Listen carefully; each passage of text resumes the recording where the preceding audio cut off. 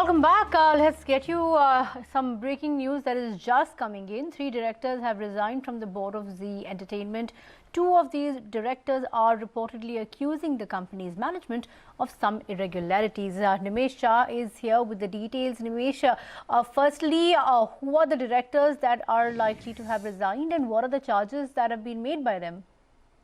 Hi, Kritika. So, if you remember last week, 3 of the directors had resigned from the Zee board, which is Sunil Sharma. The other name is Subodh Kumar, who is a non-independent director, and the third one is Ms. Neharika Vohra. Now, within these 3 directors, 2 directors, Subodh Kumar and Neharika Vohra, had raised some concerns and some issues with the Zee board, and they had written a letter to the board as well after resigning on November 22nd and November 24th, respectively.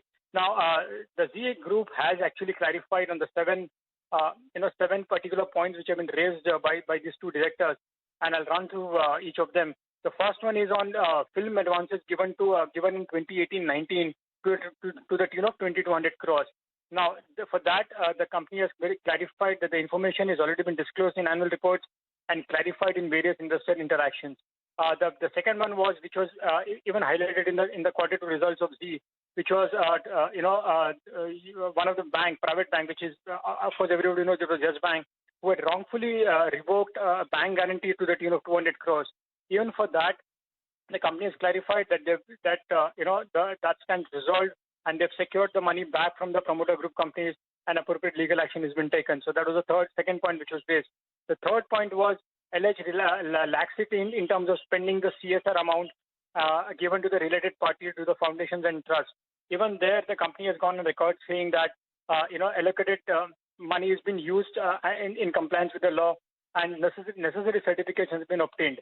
The most important, the critical part is one of the PMS entity which holds preferential shares of Zee Entertainment. They had raised a lot of questions regard to inter-promoted transactions and had asked for a special audit of the accounts.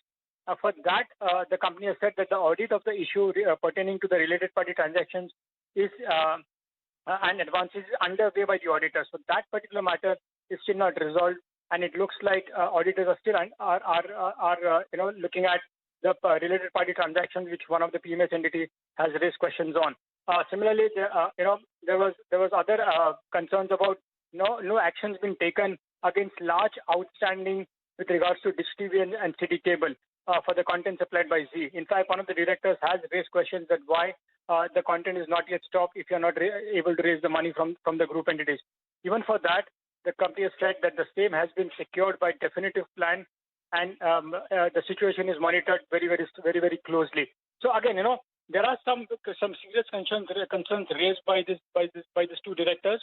While the company has gone on record and clarified some of them, but it looks like there are few things which still needs to be addressed, and the management went on to say that they're looking to address all these concerns by step. So it's a new twist to this whole Zee story. The fact that now the promoters have sold out 15% stake and a lot of large investors have bought it. I think this new disclosures by the Zee group today will have some anxiety in terms of investors. So watch out for what the investors react to. But clearly there are some 7-8 points been raised by some independent directors, to which the Zee management has today clarified to the exchanges and to us as well.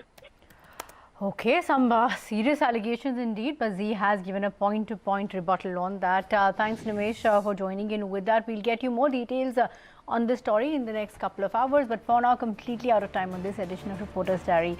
Thanks for staying with us and watching the show. Stay tuned, lots more up ahead. Specifically, CNBC-TV18 corporate phones will take the action forward on the other side.